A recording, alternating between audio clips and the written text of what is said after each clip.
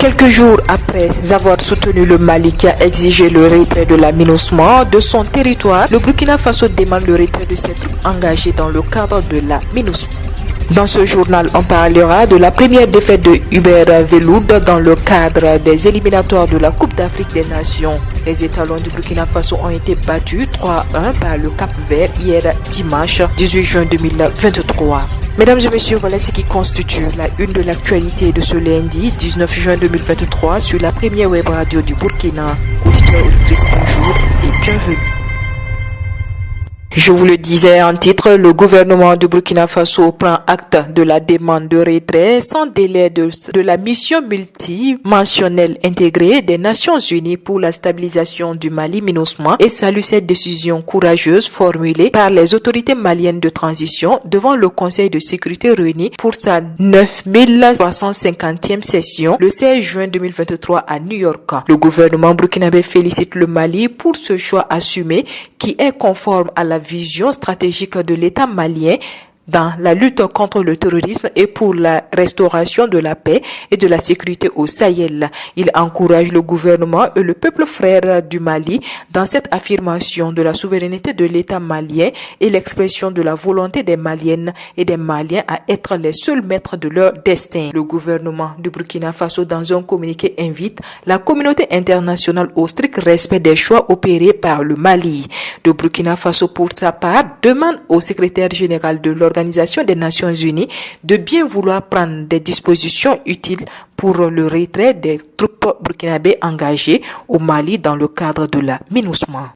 Le Premier ministre Maître Apollinaire Joachim Kyelem de Tambela a visité l'aéroport international de Bobo-Dioulasso en vue de s'imprégner de ses travaux de réhabilitation ce dimanche 18 juin 2023. Le chef du gouvernement nourrit de grandes ambitions de faire de cet aéroport une référence dans la sous-région, voire dans le monde, avec un investissement ambitieux d'au moins 100 milliards de francs CFA. Après avoir lancé l'initiative présidentielle référant Opportunity Insertion dans les 302 communes rurales, le Premier ministre Dr Apollinaire Joachim Kyelem de Tambela a mis à profit son séjour dans la ville de Sia pour visiter les installations de l'aéroport international de Bobo. Selon lui, le pays a les moyens de faire rayonner la ville de Bobo-Dioulasso, d'autant plus que plusieurs projets d'envergure sont en cours de réalisation dans cette ville.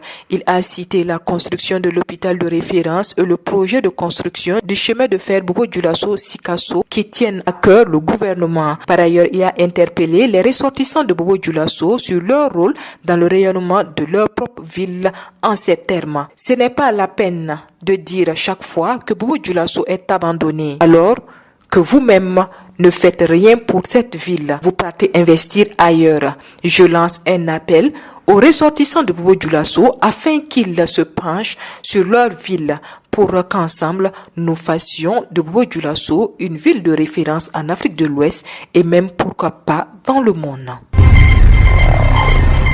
Toute autre chose à présent, le lancement officiel de la composition en ligue des concours professionnels session 2023 a eu lieu dans la matinée de ce lundi 19 juin 2023 à Ouagadougou par le ministre d'État, ministre en charge de la fonction publique, Bassolma Bazié. Ce sont au total 40 181 candidats pour 5 383 postes à pourvoir, dont 24 863 candidats composent en ligne. En tout, il y a 128 concours professionnels dont 114 seront composés en ligne. Le ministre d'État en charge de la fonction publique, Bassolma Bazié, a averti que le gouvernement sera intraitable face à toute forme de manquement qui pourrait être signalé. S'agissant de la fiabilité du logiciel utilisé, Bassolma Bazié affirme qu'il a été testé avec le recrutement des agents des eaux et forêts et tout s'est bien passé. Pour le moment, il n'y a que 2 centres de composition en ligne,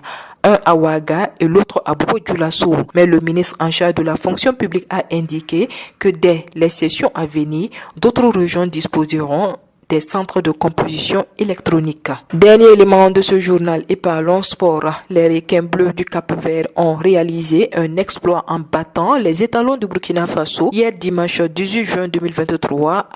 Grâce à cette victoire, le Cap-Vert se qualifie en compagnie des étalons du Burkina Faso pour la CAN 2023 en Côte d'Ivoire. C'est la première défaite pour Hubert Velloup, mais aussi pour les étalons de la CAN 2023. Voilà, c'est ici que s'arrête l'actualité de ce lundi 19 juin 2023 sur la première web radio du Burkina.